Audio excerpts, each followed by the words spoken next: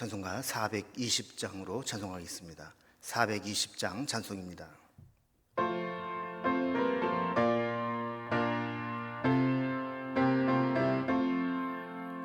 너 성결케 위해 늘 기도하며 너 주 안에 있어 늘 성경 보고 온 형제들 함께 늘 사귀면서 일하기 전마다 너 기도하라.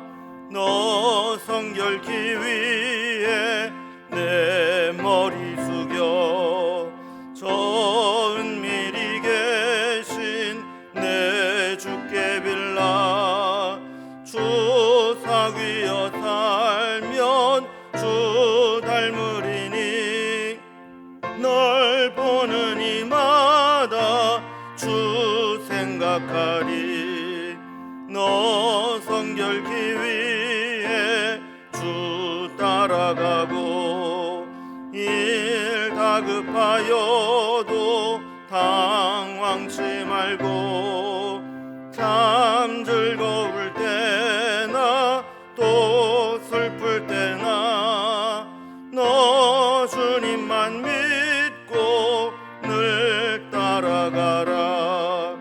너 성결케 위해 늘 기도하며 내 소원을 주께 다 맡기어라. 너 성령을 받아 주 섬겨 살면 저 천국에 가서 더 잘 섬기리. 아멘. 오늘 함께 하는 하나님 말씀은 구약성경 예레미야서 7장 1절에서 15절까지 말씀입니다. 예레미야 7장 1절에서 15절까지 1061면에 있습니다. 말씀을 제가 봉독하겠습니다. 여호와께로부터 예레미야에게 말씀이 임하니라. 이르시되 너는 여호와의 집 문에 서서 이 말을 선포하여 이르기를 여호와께 예배하러 이 문으로 들어가는 유다 사람들아, 여호와의 말씀을 들으라. 만군의 여호와 이스라엘의 하나님께서 이와 같이 말씀하시되 너희 길과 행위를 바르게 하라. 그리하면 내가 너희로 이곳에 살게 하리라. 너희는 이것이 여호와의 성전이라 여호와의 성전이라 여호와의 성전이라 하는 거짓말을 믿지 말라. 너희가 만일 길과 행위를 참으로 바르게 하여 이웃들 사이에 정의를 행하며 이방인과 고아와 과부를 압제하지 아니하며 무죄한 자의 피를 이곳에서 흘리지 아니하며 다른 신들 뒤를 따라 화를 자초하지 아니하면 내가 너희를 이곳에 살게 하리니 곧 너희 조상에게 영원 무궁토록 준 땅이니라. 보라, 너희가 무익한 거짓말을 의존하는도다.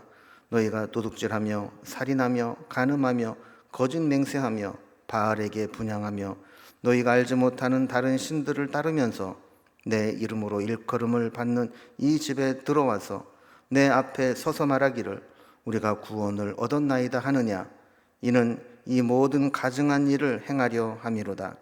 내 이름으로 일컬음을 받는 이 집이 너희 눈에는 도둑의 소굴로 보이느냐. 보라, 나 곧 내가 그것을 보았노라. 여호와의 말씀이니라. 너희는 내가 처음으로 내 이름을 둔 처소 실로에 가서 내 백성 이스라엘의 악에 대하여 내가 어떻게 행하였는지를 보라. 여호와의 말씀이니라. 이제 너희가 그 모든 일을 행하였으므로 내가 너희에게 말하되 새벽부터 부지런히 말하여도 듣지 아니하였고 너희를 불러도 대답하지 아니하였느니라. 그러므로 내가 실로의 행함같이 너희가 신뢰하는 바 내 이름으로 일컬음을 받는 이 집 곧 너희와 너희 조상들에게 준 이 곳에 행하겠고 내가 너희 모든 형제 곧 에브라임 온 자손을 쫓아낸 것 같이 내 앞에서 너희를 쫓아내리라 하셨다 할지니라. 아멘. 우리 신앙생활하는 게 그렇게 간단하고 쉽지만 않습니다. 우리가 잠깐 긴장을 풀고 그냥 세상 흘러가는 대로 우리의 삶을 맡기고 또 내 마음의 욕망이 이끄는 대로 살다 보면 하나님이 기뻐하지 않는 길로 갈 수가 있습니다. 이런 상태를 오랫동안 이렇게 지속하다 보면 원래 하나님이 원하시는 길로 돌아오기가 쉽지 않습니다. 그래서 우리 어제 살펴본 말씀 6장 16절에 보면 지금 가고 있는 길에서 돌이켜 옛적 길, 선한 길이 어디인지 알아보고 그리로 가라, 이렇게 말씀하고 있죠. 그러니까 우리가 처음 구원받고 은혜를 체험하고 믿음으로 살아가던 그 시절로 돌아가라 하는 말씀입니다. 오늘 본문에서는 이렇게 길과 행위를 바르게 하지 않고 또 믿음에서 떠나게 되면 저들이 그렇게 자랑스러워하고 믿음과 구원의 근거로 삼고 있는 이 성전을 하나님께서 버리실 것이고, 유다 백성들도 하나님이 약속의 땅으로 주신 그 땅에서 쫓겨나게 될 것이다, 이런 경고의 메시지를 주고 있습니다. 우리가 하나님의 구원과 또 도우심을 받는 것은 성전 같은 건물이나 우리의 예배와 같은 종교 행위 때문이 아니고 우리가 중심으로 하나님을 섬기고 믿음으로 하나님의 서기 때문이라는 것이죠. 그래서 우리가 우리의 살아가는 길과 행실을 바르게 하고 하나님께로 돌아오라 하는 것이 오늘 말씀의 핵심입니다. 이제 오늘 본문 말씀을 단락별로 좀 구분을 해보면, 먼저 1절에서 7절까지는 길과 행위를 바르게 하라는 경고를 듣고 순종하는 자에게 하나님께서 어떻게 행하실 것인지 약속을 다시 한번 확인시켜 주십니다. 그리고 8절에서 11절까지는 지금 유다의 현실을 이야기하죠. 그래서 무익한 거짓말에 의존해서 속지 말고 하나님께로 돌아오라 라고 경고하십니다. 그리고 12절에서 15절까지는 옛날에 한때 하나님의 교회를 모셔두었던 실로가 믿음에서 떠났을 때 어떻게 파멸했는가, 그곳을 가서 보고 역사를 통해서 교훈을 얻고 배우라 하는 말씀을 하고 있습니다. 이제 단락별로 살펴봅니다. 먼저 첫 번째 단락입니다. 길과 행위를 바르게 하라는 경고의 말씀을 주시면서, 만약에 지금이라도 그 말씀을 듣고 길과 행위를 바르게 할 때 하나님께서 그들에게 약속하신 것을 어떻게 주실 것인가에 대한 말씀입니다. 1절에 보면 하나님께서는 백성들에게 마지막까지 기회를 주시기 위해서 예레미야에게 말씀을 주십니다. 2절에 보면 여호와의 집 문에 서서 들어가는 자들에게 말씀을 선포해라 라는 것입니다. 여호와의 집은 성전입니다. 성전에 예배하러 오는 자들에게 하나님 말씀을 전하라 하는 것이죠. 그 내용이 3절 이하에 나옵니다. 3절에 보면 만군의 여호와 이스라엘의 하나님께서 이와 같이 말씀하시되 너희 길과 행위를 바르게 하라. 그리하면 내가 너희로 이곳에 살게 하리라 그랬습니다. 그리고 우리가 일반적으로 생각할 때 지금 예배하러 교회에 들어오는 자들에게 적절한 말씀은 이런 말씀보다는 신령과 진리로 예배를 드려라, 하나님이 기뻐하시는 예배를 받아라, 또 예배의 은혜를 많이 받아라, 이런 메시지를 할 것 같은데, 하나님은 예배하러 성전에 들어오는 자들에게 너희의 길과 행위를 바르게 하라, 그리하면 너희가 이곳을 살게 해주겠다, 이 말씀을 전하는 겁니다. 하나님이 원하시는 것은 형식적인 예배 행위가 아니고 예배에 합당한 삶을 살아가는 것, 그것이 하나님이 원하는 삶이라는 거죠. 그러나 저들은 이중적인 신앙생활을 해왔다는 것을 지적하는 겁니다. 성전에서는 거룩하게 예배하는 예배자로 살아가는 것처럼 보이면서도 실제로 삶으로 돌아가 보면 전혀 하나님 말씀대로 살지 않는 그런 모습을 보인다는 것이죠. 그래서 지금이라도 이 불순종의 삶을 회개하고 하나님께 뜻대로 살아가는 삶이 동반된 그런 일치된 삶을 살아가게 된다면 하나님께서 이 성전과 이 땅에서 평안히 살 수 있도록 해주겠다라는 말씀입니다. 4절에 보면 더 심각한 말씀을 합니다. 너희는 이것이 여호와의 성전이라, 여호와의 성전이라, 여호와의 성전이라는 거짓말을 믿지 말라 그랬습니다. 여호와의 성전이라는 말을 계속 반복해서 이야기합니다. 그 당시에는 여호와의 성전을 무척 강조했던 사람들이 있습니다. 그래서 이 성전에서 예배만 제대로 드린다면 하나님께서 우리를 구원하시고 보호하시고 돌보시고 우리의 모든 문제를 해결해 주실 것이다, 이렇게 성전 만능주의적 설교를 해왔다는 겁니다. 그러나 이것은 거짓말이라는 거죠. 이 말씀을 듣고 속아서 내가 성전에 잘 와서 제사 드렸으니까 하나님께서 나를 절대로 망하지 않게 할 거야, 이렇게 착각하고 안심하고 있으면 큰일 난다는 겁니다. 그러면서 우리는 성전 예배와 함께 우리가 살아가는 삶이 하나님이 원하시는 삶으로 병행되어야 된다라는 말씀을 합니다. 그래서 5절에 보면 길과 행위를 참으로 바르게 하여 이웃 사이에 정의를 행하며, 이렇게 말씀을 합니다. 그러면서 6절에 보면 이제 예를 들어서 이야기를 하는 거죠. 이방인과 고아와 과부를 납치하지 않고 무죄한 자의 죄를 이곳에서 흘리지 않게 하고, 그리고 다른 신들 뒤를 따라 화를 자초하지 않도록 해야 된다라는 겁니다. 그래서 만약에 이렇게 예배와 삶이 일치되고 하나님께로 돌아오는 삶을 살아갈 수만 있다면 다시 하나님은 기회를 주시겠다는 거죠. 그래서 7절에 보면 하나님께서 조상들에게 영원토록 주시겠다고 약속한 이 땅에서 함께 살게 할 것이다 라고 약속해 주시는 겁니다. 두 번째 단락입니다. 그러면 지금 유다의 현실은 어떤가? 이런 무익한 거짓말에 속지 말고 그 거짓말을 의존하지 말라 하는 경고입니다. 아무리 하나님께서 기회를 주시고 또 거듭거듭 말씀해 주셔도 유다 백성들은 하나님 말씀대로 돌이키지 않았습니다. 8절 이하에 보면 유다 백성들은 하나님이 요구하시는 중심의 회개와 변화된 삶을 거절하고 그저 형식적인 예배의 삶에 살아왔던 것이죠. 그래서 예배와 삶이 일치하지 않는 이중적인 신앙을 가지고 있었다는 겁니다. 그래서 8절에 보면 이것을 무익한 거짓말을 의존하는도다라고 했습니다. 그래서 무익한 거짓말이라고 하는 것은 아까 4절에 언급한 성전 만능주의적 설교입니다. 9절에 보면 저들의 삶을 너희가 도둑질하며 살인하며 간음하며 거짓 맹세하며 바알에게 분향하며 너희가 알지 못하는 다른 신들을 따르면서 그랬습니다. 그러니까 5절, 6절에서 언급한 하나님이 싫어하시는 것만 골라서 하고 있는 겁니다. 그러면서도 성전에 나와서 제사 드리고 예배할 때는 아주 뻔뻔스럽게 하나님 앞에 서는 거죠. 그러면서 이렇게 생각을 한다는 거예요. 10절에 보면 내 이름으로 일컬음을 받는 이 집에 들어와서 내 앞에 서서 말하기를 우리가 구원을 얻었나이다 하느냐, 이는 이 모든 가증한 일을 행하려 함이로다 그랬습니다. 그러니까 성전만 떠나면 우상 숭배하고 하나님 말씀에 난 패역한 짓들을 하면서 성전에 들어오기만 하면 아주 경건한 척하고 예배를 드리면서 구원받았다고 스스로 위안을 삼고 믿고 있었던 자들에게 이것은 가증한 일이다. 너희들이 밖에서 죄짓기 위해서 그 찝찝한 양심을 좀 편안하게 하기 위해서 예배 드리는 것 뿐이지 너희는 정말 하나님 뜻대로 살지 않고 있다. 이렇게 고발하는 겁니다. 그리고 11절에 보면 내 이름으로 일컬음을 받는 이 집이 너희 눈에는 도둑의 소굴로 보이느냐? 보라, 나 곧 내가 그것을 보았노라 여호와의 말씀이니라 그랬습니다.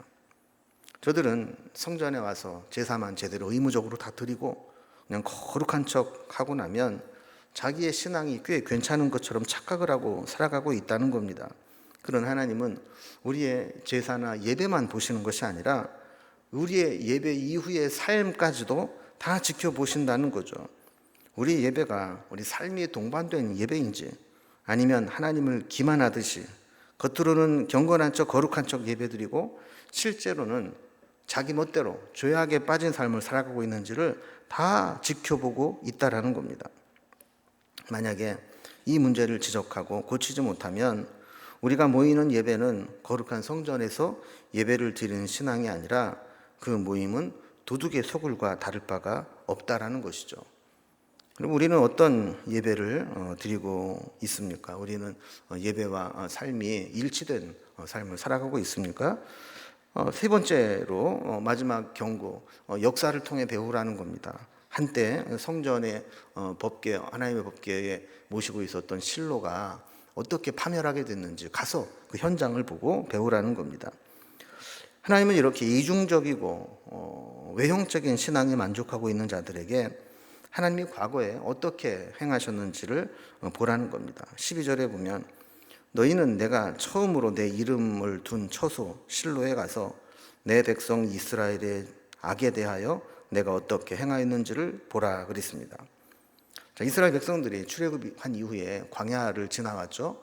그리고 가나안 땅에 처음 들어오게 되었을 때 그때 모시고 왔던 이 법궤 이걸 성막에 모시게 됐는데 어디에다 모셨는가? 바로 실로에서 성막을 두고 모셨다는 겁니다.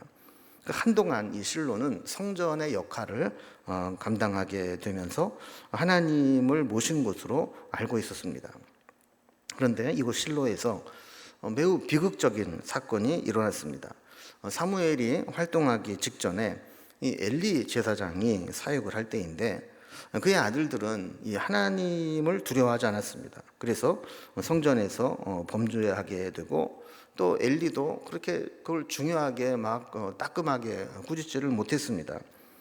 그래서 전쟁에서 패하게 되자 이 법궤를 가지고 블레셋과의 전투에 나아가게 됐는데 그만 법궤는 빼앗겨 버리고 엘리의 두 아들은 그 전쟁에서 죽게 됩니다. 자, 그러니까 여기서 보여주는 교훈이 뭡니까? 아무리 주의 종이고 아무리 성전 역할을 하고 아무리 법궤가 있어도 그리고 그곳에서 아무리 경건한 척 거룩한 척 예배를 드려도 우리 마음의 중심이 하나님께로 향하지 않고 우리의 삶이 하나님이 기뻐하시는 모습으로 살아가지 못하게 된다면 이러한 비극은 또 일어날 수 있다는 경고입니다. 이제 선택은 유다에게 달려 있습니다. 이제라도 말씀을 듣고 돌이키면 살 수 있습니다. 그러나 그들은 그렇게 하지 않았습니다. 13절에 보면 그들이 외면한 내용이 나오는데요. 여호와의 말씀이니라 이제 너희가 그 모든 일을 행하였으며 내가 너희에게 말하되 새벽부터 부지런히 말하여도 듣지 아니하였고 너희를 불러도 대답하지 아니하였느니라 그랬습니다. 이 말씀은 하나님께서 유다 백성들에게 회개할 수 있는 기회와 시간적인 여유와 할 수 있는 모든 방법을 다 주셨다는 겁니다. 그럼에도 불구하고 저들은 듣지 않았고 하나님이 그렇게 애타게 불러도 대답하지 않았다라는 겁니다.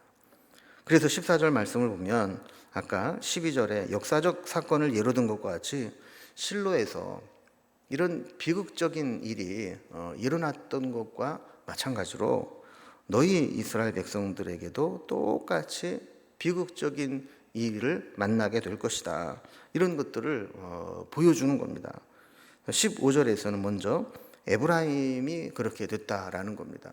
이 에브라임은 북이스라엘의 대표 지파죠. 그래서 성경의 예언서에 특별히 에브라임 자손을 이야기하는 것은 에브라임 지파만 얘기하는 게 아니라 북이스라엘을 이야기하는 겁니다. 예레미야가 기록될 당시에는 이미 북왕국 이스라엘, 북이스라엘 에브라임 지파가 망한 사건이 있었기 때문에 그것을 보면서 유다도 교훈을 삼으라는 겁니다. 우리의 진짜 신앙은 예배 시간에만 와서 경건한 척 하는 것이 아니라 우리의 삶의 중심이 하나님께로 향하고 우리의 인격이 변화되고 우리의 성품이 그리스도를 닮아가고 우리의 삶의 현장에서 말씀대로 살아가는 것, 이것이 병행될 때 그것이 진짜 신앙이라는 겁니다. 우리는 하나님 앞에 설 때 이렇게 예배와 삶이 일치된 삶을 살아가고 있는지, 그리고 우리의 삶이 정말 하나님이 기뻐하시는 길로 행하고 있는지 오늘 말씀을 통해서 우리 자신을 살피고 주님 앞에 설 때 주님께서 인정해 주시는 신앙인으로 살아갈 수 있기를 주님의 이름으로 기원합니다. 기도하겠습니다.